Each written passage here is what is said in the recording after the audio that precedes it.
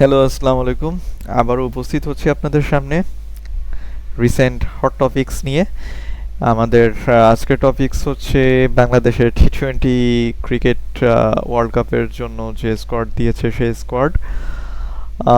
So কথা এদিক ওদিক না বলে টপিকসে সোজাসুজি আসা যাক।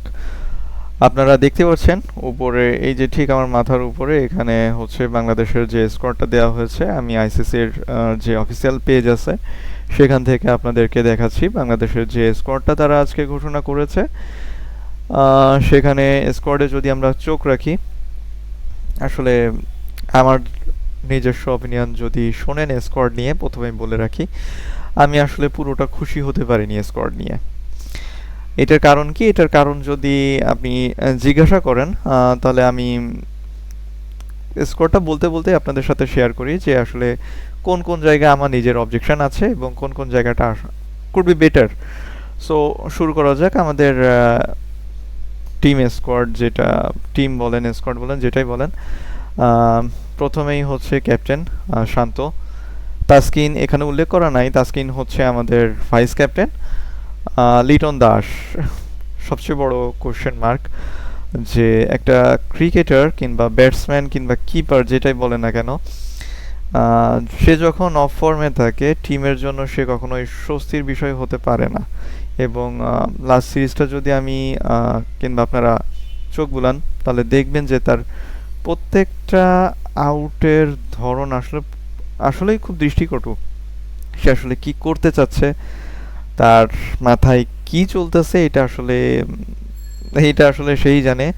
মেবি আমার যতদূর যা মনে হয়, সে চাচ্ছে যে আমি আজকে খুব অ্যাগ্রেসিভ হব, আমি রান করব, রান করলে অবশ্যই রান করলে সমালোচনা বন্ধ হবে, but I think it's a bad thinking. আবার টি-20 যেহেতু একদিক থেকে তার থিঙ্কিংটা সমর্থন করাও যায়, কিন্তু আমার মনে হয় যেহেতু সে অফ ফর্মে, সেহেতু তার একটু সময় নিয়ে বুঝে অন্তত 5টা বল 4টা বল দেখার পরে একটা ডিসিশনে যাওয়াটা তার উচিত ছিল। আর সে যেভাবে আউট হয়েছে, আমার মনে হয় না যে তার মানে সে মেন্টালি ফিট। আমার কাছে এটুকু মনে হয় যে সে মানসিকভাবে কিছুটা বিপর্যস্ত আছে। আচ্ছা, তারপরের স্পট সৌম্য সরকার। হুম, গুড চয়েস। আমার কাছে মনে হয় যে আমি যদি লিটন দাসকে স্কোয়াড থেকে কমপ্লিটলি ড্রপ করতাম, লিটন দাসের জায়গাটা সৌম্য সরকার পূরণ করতে পারতো। আর আমাদের কাছে অলরেডি ব্যাকআপ কিপার হিসেবে Zakir Ali Anik, sorry, extremely sorry for that, Zakir Ali Anik already আমাদের কাছে আছে। সে জিম্বাবুয়ে সফরে সে করেছে কিপিং, বাট আমার কাছে মনোপুত মনে হয় নাই। হ্যাঁ, এটা অবশ্যই তার জন্য হয়তো ইন্টারন্যাশনাল এরিনায় ফার্স্ট ছিল।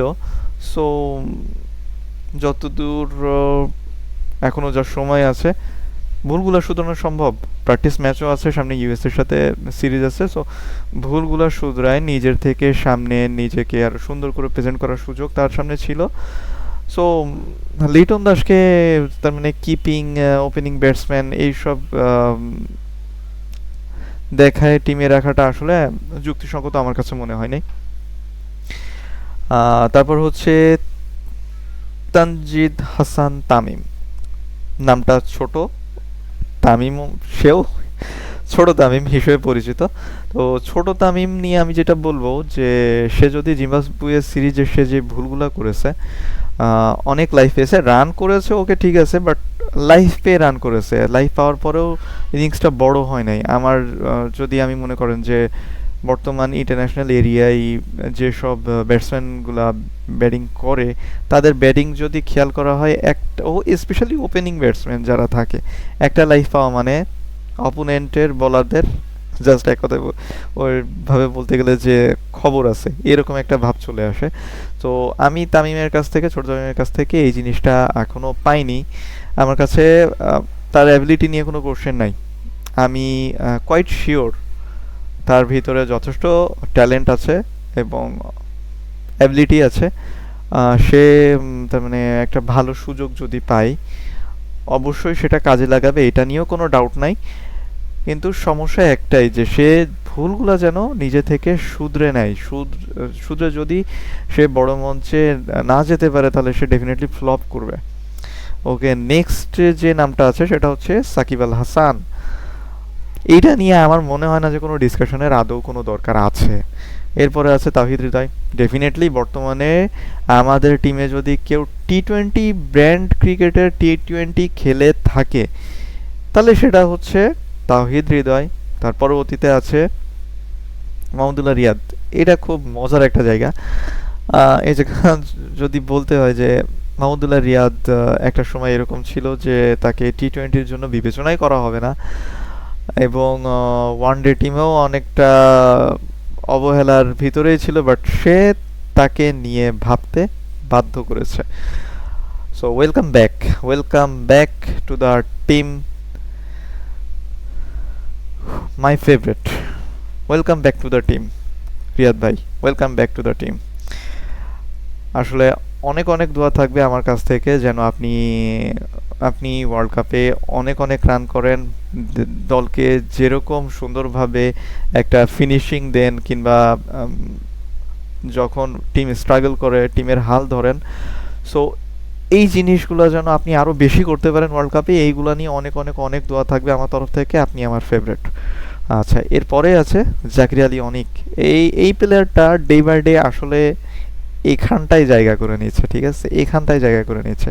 হ্যাঁ, তার ভিতরে অ্যাবিলিটি আছে, সে সিচুয়েশনকে হ্যান্ডেল করতে জানে, এবং যদি সে তার কিছু কিছু সারাউন্ডিংস, বলবো আমি, কিছু কিছু সারাউন্ডিংস আছে, এগুলো যদি সে একটু এক্সপ্লোর করতে পারে, একটু এগুলো নিয়ে কাজ করতে পারে,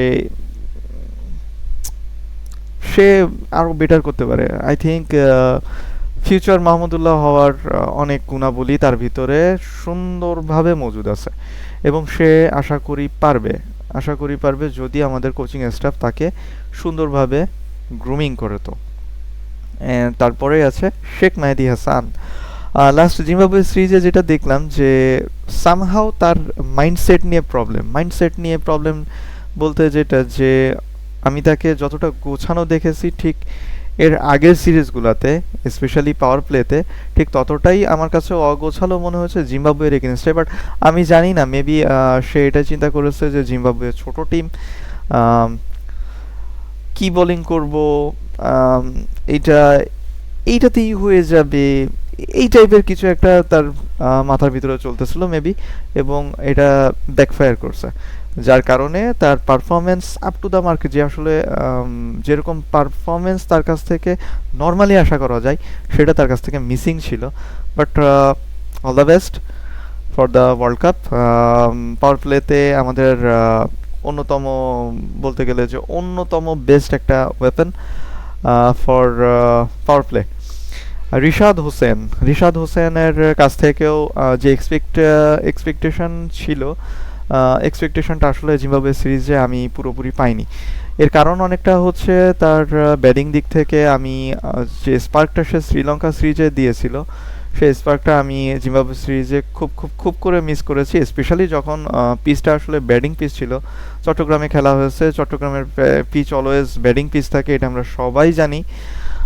বাট রিশাদ, আমার কাছে মনে হয়েছে যে আরেকটু বেটার সে করতেই পারতো। হোয়াট এভার, একটা সিরিজ খারাপ যেতেই পারে। Hope for the best for the next series. আর বোলিংয়ের দিক থেকে যদি বলতে হয়, bowling okay, good choice, good pick for the World Cup. আমাদের ব্যাটিং ডেপটা আর একটু বাড়লো যদি রিশাদ প্রত্যেকটা ম্যাচ খেলবে, আশা করি যদি তাকে রাখা হয় তাহলে ডেফিনেটলি ব্যাটিং ডেপটাও বাড়বে, এবং একজন ফিনিশার হিসেবে সে যেই রোলটা শ্রীলঙ্কার এগেনস্টে প্লে করেছে, আশা করি ওয়ার্ল্ড কাপে ওইটাই হবে, এবং এটা যদি হয় তাহলে জাস্ট ওয়াও। আর এরপরে আছে হচ্ছে ফিজ দ্য ফিজকে নিয়ে আসলে বলার কিছু নাই, তবে আমি খুব বেশি খুশি হতাম যদি সে আইপিএলটা পুরোপুরি শেষ করে তারপর হচ্ছে জয়েন করতো। আসলে আইপিএল আসলে অন্য একটা স্টেজ, যেখানে আপনি একই স্টেজে ওয়ার্ল্ডের প্রায় সব টিমের ভালো ভালো ব্যাটসম্যানদের এগেনস্টে বল করার সুযোগ পাবেন। So it will be a great advantage for Fizz, but I don't know why. আমাদের বিসিবি আসলে কি ভালো বুঝছে তাকে এই জিম্বাবুয়ের এগেনস্টে তাকে টেনে নিয়ে আসছে। এটার এটার এটার কোনো লজিক আসলে আমার কাছে নাই। আমার কাছে এটাই হয়তো তার মানে বেস্ট হতো যে তাকে আইপিএলটা পুরো খেলানো এবং তাকে প্রপার টাইম দেওয়া, সেখানে সে নিজেকে যাতে সুন্দরভাবে এক্সপ্লোর করতে পারে। সে আইপিএলে যেই নিজেকে ফিরে পেয়েছে, সো আমার কাছে যেটা মনে হয় যে এটা বেস্ট হতো যদি তাকে আইপিএলটা পুরোপুরি খেলতে দেওয়া হতো। ওকে, নেক্সট নেম হচ্ছে শরীফুল ইসলাম। শরীফুল ইসলামের জিম্বাবুয়ে সফরটা, তার মানে জিম্বাবুয়ে সিরিজটা যদি আমি, তার মানে আমরা যদি তাকাই, সুইং ওকে, বাট আমার মনে হয় যে overconfidence. Don't be overconfident bro, you have to work on it. আমার কাছে মনে হয় যে সব কিছু ঠিক আছে, তুমি আগে যেমন ছিলে তেমনটাই থাকো ব্রো। তুমি শ্রীলঙ্কা সিরিজেও যেমন ছিলে, তার আগের সিরিজটাও যেমন ছিলে, সেরকম থাকো, সেরকম থাকো, সেটা তোমার জন্য বেস্ট। এবং ওই শরীফুলটাকেই চাই ওয়ার্ল্ড কাপে। ওই শরীফুলটাই ওয়ার্ল্ড কাপে সব থেকে বেশি দরকার টিম বাংলাদেশের জন্য, টিম টাইগার্সের জন্য। ওই টাইগার শরীফুলকেই সব থেকে বেশি দরকার। ঠিক তারপরে হচ্ছে তানজিম হাসান সাকিব। সাকিবকে নিয়ে আমি যেটা বলবো, সাকিবের জায়গাটাই আমি মনে করি যে সব থেকে অভাগা যেটা, সেটা হচ্ছে Saifuddin. Had a great comeback in BPL. যথেষ্ট চমৎকার পারফরমেন্স ছিল বিপিএলে। আমি যদি জিম্বাবুয়ে সিরিজের দিকেও তাকাই, নিজেকে প্রুভ করার জন্য জিম্বাবুয়ে সিরিজে সে প্রথম দিকের ম্যাচগুলো যথেষ্ট ক্লিক করেছে, বাট আনফর্চুনেটলি লাস্ট ম্যাচগুলো আসলে ভালো কাটেনি। স্পেশালি লাস্ট ম্যাচ, যেখানে একটু তার মানে বেশি রান দিয়ে ফেলছে। কি উইকেট একটা পেয়েছে, বাট একটু বেশি রান দেওয়াটা মেবি আমার কাছে মনে হয়েছে যে একটা ম্যাচের কারণেই তাকে ঠিক এভাবে ধরে টিমে থেকে বাইরে করে দেওয়া হয়েছে, যেটা আমার কাছে ভালো লাগেনি। আমার কাছে মনে হতো যে মনে এখনও মনে হয় যে তানজিম হাসান সাকিব এর বদলে সাইফুদ্দিন, মোহাম্মদ সাইফুদ্দিন এই জায়গাটা বেশি ডিজার্ভ করে তানজিম হাসান সাকিব। আমি আমি আমি আমি আসলে খুবই তার মানে অবাক হয়েছি যখন তানজিম হাসান সাকিব আর সাইফুদ্দিনকে নিয়ে কোশ্চেন করা হয়েছে। দুজনাই নেগেটিভ ক্যারেক্টার, এবং দুজন থেকে যদি আমাকে পিক করতে হয়, ডেফিনেটলি আমি এটাই তাকেই পিক করব যার অন্তত এক্সপেরিয়েন্স আছে, এবং যে মনে করেন আমাকে রিসেন্টলি ভালো কিছু দিয়েছে, এবং যার কাছ থেকে আমি যদি সামনের দিকে ভালো কিছুর আশা করতে পারি, এরকম কিছু যে যার কাছ থেকে আমি ভালো কিছু সামনে আশা করতে পারবো, এটা হচ্ছে সাইফুদ্দিন। তাকে যদি শুধরানো যেত, তাকে যদি সময় দেওয়া হতো অন্তত ইউএসএ সিরিজটা, সে ডেফিনেটলি ভালো করতো। আমি এইটুকুই বিশ্বাস করি যে সে ভালো করতো। তাকে তার মানে তাকে নেওয়া উচিত ছিল। আমি তানজিম হাসান সাকিবের ব্যাটিং অ্যাবিলিটি আমার কাছে স্যাটিসফাইং না যতটা সাইফুদ্দিনের জন্য। সাইফুদ্দিন অন্তত যদি আপনাকে 10টা বল কি 8টা বল সে ফেস করে, সেটা থেকে অন্তত সে 15 থেকে 18 রান সে তুলে দিতে পারে, বাট অন্তত তার রিসেন্ট ফর্ম সেটাই বলে। বাট সাকিব যে এক্সপেক্ট তার মানে এক্সপেকটেশন যে আমাদের ফুলফিল করবে, আমার এটা নিয়ে ডাউট আছে। আমি তার মানে স্পেশালি আমি হচ্ছে প্রেস কনফারেন্সটা দেখছিলাম। প্রেস কনফারেন্সে আমাদের হেড সিলেক্টর যেটাই বলেন, লিপু ভাইকে যখন কোশ্চেন করা হয়েছে যে why Shakib and why not Saifuddin, তখন সে বলছে যে আমি ভিতরের কোনো কিছু বাইরে আনতে চাচ্ছি না, ভিতরে ইন্টারনাল অনেক কিছু আছে, আমাদের এক্সপেকটেশন সে ফুলফিল করতে পারেনি, দ্যাটস ওয়াই সাইফুদ্দিন এখানে নাই। ভাই আরেকটা কথা বলছে, সেটা হচ্ছে যে সে প্রপার ইয়র্কার করতে পারছিল না। ওকে, ঠিক আছে, একটা ম্যাচে খারাপ একটা প্লেয়ার খেলতেই পারে, বাট তার ওই জায়গাটাই একটা স্পেশাল ইস্যু ধরে এভাবে বাদ দেওয়াটা আমার আসলে কোনোভাবেই পছন্দ হয়নি। আমার মনে হয় যে সাইফুদ্দিন এখানে অনেক ভালো হতো, আমাদের টিমের জন্য অনেক ভালো হতো যদি সাইফুদ্দিন থাকতো এখানে। সাইফুদ্দিন থাকলে ওটা আবারও বলতে পারি যে লাস্টের দিকে আমাদের যে বোলাররা থাকে তারা আসলে রান করতেই পারে না, স্পেশালি টি-20-তে। সো সাইফুদ্দিন সেক্ষেত্রে অনেক ভালো একটা চুজ হতো, পিক হইতো, বাট এটা হতাশাজনক। হোয়াটএভার। এখন আসি হচ্ছে ট্রাভেলিং রিজার্ভের দিকে। Especially sorry, I'm too much tired, having some problem with the pronunciation. So really, forgive me for all those mistakes. Whatever. Back to the topic. Traveling reserves. এখানে বেঞ্চে রাখা হয়েছে হচ্ছে আফিফ হোসেন। আমি খুব অবাক হয়েছি যখন পারভেজ হোসেন ইমনকে একটা ম্যাচ না খেলায় বাদ দেওয়া হয়েছে। স্পেশালি লিটন যখন স্ট্রাগলিংয়ে খুবই বাজে লেজে গোবরে অবস্থার ভিতরে ছিল, তখন ইমনকে কেন খেলানো হলো না, এটা আসলে আমার কাছে খুবই সারপ্রাইজিং। অন্তত তাকে খেলায়, হ্যাঁ আমি এটা বলতেছি না যে সে 100 ডাবল 100 একাই ম্যাচ জিতাই দিবে এরকম কিছু করতো, তবে না, আমার যতদূর যা মনে হয় অন্তত একটা চান্স সে ডিজার্ভ করে, অন্তত একটা ম্যাচ তাকে টিমে রাখাই যেত, তাকে দেখাই যেত টেস্ট করে। হোয়াটএভার। তারপরে হচ্ছে আফিফ হোসেন। আফিফ হোসেনের যদি বেশ পিছনে যেতে হবে, আফিফ হোসেনের যদি পারফরমেন্সের দিকে তাকাই, আফিফ হোসেন স্ট্রাগল করছিল ঘরোয়া লিগগুলাতেও, যে খুব বেশি আহামরি পারফরমেন্স সেটাও না। লাস্ট কোনো একটা ম্যাচে সে 50+ রান করেছিল, বাট আমার যতদূর যা মনে হয় আফিফ হোসেন ম্যাচ খেলানো উচিত ছিল। মানে আপনার টিমের কোন প্লেয়ারটা কোন পজিশনে আছে, কি সিচুয়েশনের ভিতরে আছে, কতটুকু ডেলিভার আপনাকে করতে পারতেছে, এইটুকু যদি আপনি নাই জানেন, কমপ্লিটলি যদি জিরো থাকেন, আপনার প্লেয়ার সম্পর্কে আপনার নলেজ যদি কমপ্লিটলি জিরো থাকে, সেক্ষেত্রে এটা আসলে কোনোভাবেই যুক্তিযুক্ত না। একটা প্লেয়ারকে অন্তত যাচাই করে টিমে অ্যাড করা উচিত। আর Hasan Mahmud, last and final name Hasan মাহমুদকে নিয়ে আমার যথেষ্ট কোশ্চেন। তাকে আমি লাস্ট আয়ারল্যান্ড সিরিজে যেভাবে দেখেছি, সেটা আসলে পরবর্তী কোনো সিরিজেই তাকে আমি দেখি নাই। তাকে আমি খুব বেশি মিস করব আয়ারল্যান্ডের ঠিক ওই সময়টা এবং ওর আগের যে সিরিজগুলো খেলা হয়েছে ওই সিরিজগুলোতে তার যে পারফরমেন্স, ওই হাসান মাহমুদ যদি ফিরে আসতে পারে, that will be a great help for team Tigers. Otherwise আমি জাস্ট বলবো এটাই যে জাস্ট বিসিবির কস্ট বাড়ানো হচ্ছে, এছাড়া আর কিছুই না। হোয়াটএভার। ডিসকাশন শেষে আমি জাস্ট এটুকুই বলবো, all the best team Tigers. আর এখানে এখনো বলা আছে যে যদি কোনো চেঞ্জ আনতে হয় সেটা হচ্ছে 25 তারিখ পর্যন্ত, দ্যাট মিনস 25 মে, এই পর্যন্ত সময় আছে।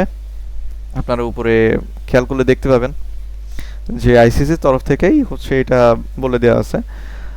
আর আরেকটা জিনিস খুব দৃষ্টিকটু লাগছে, সেটা হচ্ছে যে যখন মনে করেন যে আফিফ হোসেন কিংবা হাসান মাহমুদ সম্পর্কে জিজ্ঞাসা করা হয়েছে যে এরা কি জন্য এখন এদেরকে টিমে কেন নেওয়া হয়েছে, এদেরকে কেন আগে টেস্ট করা হয় নাই, তো সেখানে হচ্ছে অনেকটা এরকম এরকম কথা শুনতে হয়েছে যে এটা যে 17 জন আরো 2 জন যে এক্সট্রা নিয়ে যাওয়া যাবে সাথে, এটা নাকি তারা জানতেন না। সো যখন আসলে কমিউনিকেশনের এই অবস্থা হয়ে থাকে একটা স্বনামধন্য ক্রিকেট বোর্ডের, সেখানে আসলে বলার কিছুই থাকে না।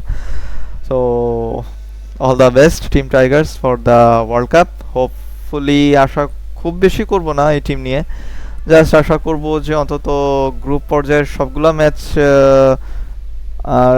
ম্যাচের ভিতরে নর্মাল টিমগুলোর এগেনস্টে, আর হোপফুলি শ্রীলঙ্কার এগেনস্টে যেন ডেফিনেটলি যেত আর সেকেন্ড রাউন্ড খেলো। এর থেকে বেশি আশা এই টিম নিয়ে আমার নাই। আপনাদের কি আশা আছে? আপনাদের কি প্ল্যানিং আছে? স্কোয়াডে আর কে কে আসলে ভালো হতো, কিংবা কোন ইনক্লুশনটা আপনার কাছে খুব বেশি খারাপ লেগেছে?